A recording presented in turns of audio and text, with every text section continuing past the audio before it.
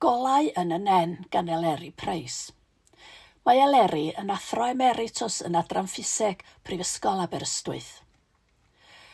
Mae'n debygol eich bod wedi clywed sôn am oleadau'r gogledd neu'r aurora borealis ar y newyddion neu'r ragolygon tywydd, a gweld ffotograffau o'r goleuadau godidog ar y cyfryngau cymdeithasol. Dyma sioe olau naturiol yn awyr hemisffer y gogledd, yn wyrdd, coch neu las porffor. Mae'r goleuadau yn uchel yn ein atmosffer, yn atmosffer trydanol y ddaear uwchlaw tua 100 km o wyneb y ddaear.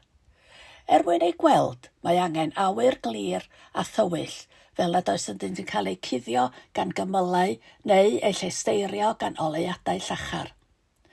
Gall yr aurora ymddangos fel llenni yn chwyrlio a dawnsio negliol ar draws y ffurfrafen, neu weithiau fod yn fandiau o olau gwan yn yr awyr. Lledradau uchel yr Arctig yw eu cartref arferol yn y gylchfa auroraidd fel yng ngogledd gwledydd Llychlyn, ond o'r adegau mae'r gylchfa yn lledu i ledradau is a dyna pryd y gwelwn yr aurora o Gymru. Mae goleuadau tebyg yn hemisffer y de, sef yr aurora australis.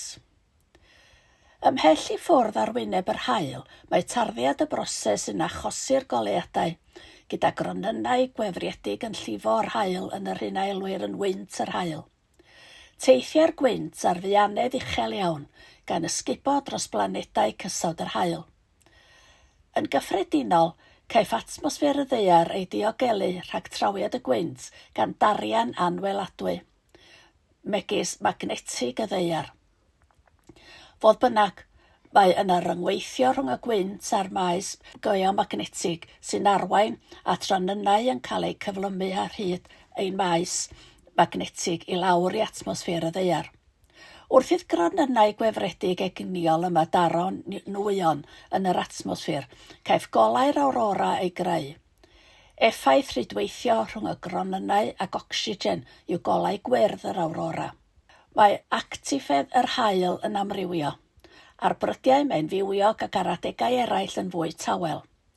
Ar gyfnodau bywiog, mae'n bosib y bydd yr actifedd geomagnetig y ddaear hefyd yn uwch wrth i wynt yr haul a rhyngweithio gyda maes magnetig y ddaear gyfrhau.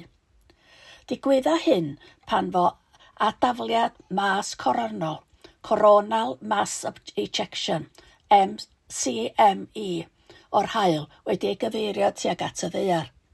A dyna pryd rydyn yn fwy tebygol o weld yr aurora borealis o Gymru gyda'r gylchfa auroraidd yn lledu i lederiadau is.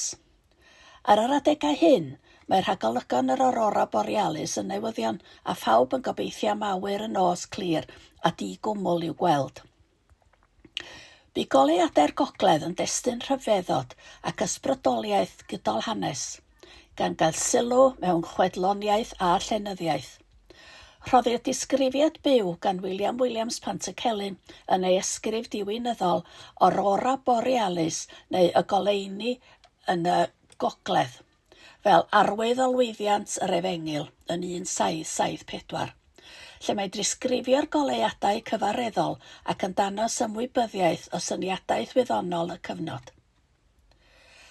Am 10 o'r gloch yn nos neithiwr, y gwelais i ymyrddiwn gyda mi, rwy'n ei coelio, un o'r rhyfeddodau mwyaf a welodd neb erioed yn natur. Fe'n gwahoddwyd allan o'm tŷ gyda bris a dychryn. Yr oedd yr holl wybr yn goch, yn laswyn, yn felyn, yn ddigoch ac yn rhydd o liw gwaed. A lliw'r awyr, o liw porffor ac o liw'r amber. Holl liwiau'r enfys, ac yn gyffelib iddo hyn, gyda hyn o wahaniaeth fod yr holl wybr yn dawnsio ac yn chwarae trwy ei gilydd.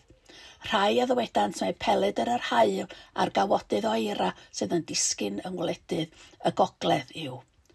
Rhai a geisiasant ddywedyd mae'r gelfyddyd newydd o electricity fydd yn dehongli'r peth orau. Erbyn hyn, rydyn yn gwybod fod y goleuadau cyfareddol yn yr iconosffer, rhanbarth drydanol yr atmosffer. Diddorol i'w clywed am y wyddoniaeth yn ysgrif Pantycelyn, gyda'r pontio rhwng y gwyddoniaeth a'r diwinyddiaeth. Bu pontio disgybliaethau yn sail i brosiect ariannwyd gan y Gymdeithas Eryddol Frenhinol. Cyflwynwyd yma gysyniadau Ffiseg a seryddiaeth gyda'r diwydiant traddodiadol o farddoniaeth, cerddoriaeth, celf, dawns a theatr yn yr Eisteddfod Genedlaethol ac Eisteddfod yr Urdd, a chodwyd ymwybyddiaeth o'r wyddoniaeth y tu hwnt i'r gynulleidfaoedd gwyddonol arferol, cer enghreifftiau o'r gweithgareddau a'r borth adnoddau i Golau Cymraeg Cenedlaethol ar www.porth.ac.uk /CE /collection /ras 200.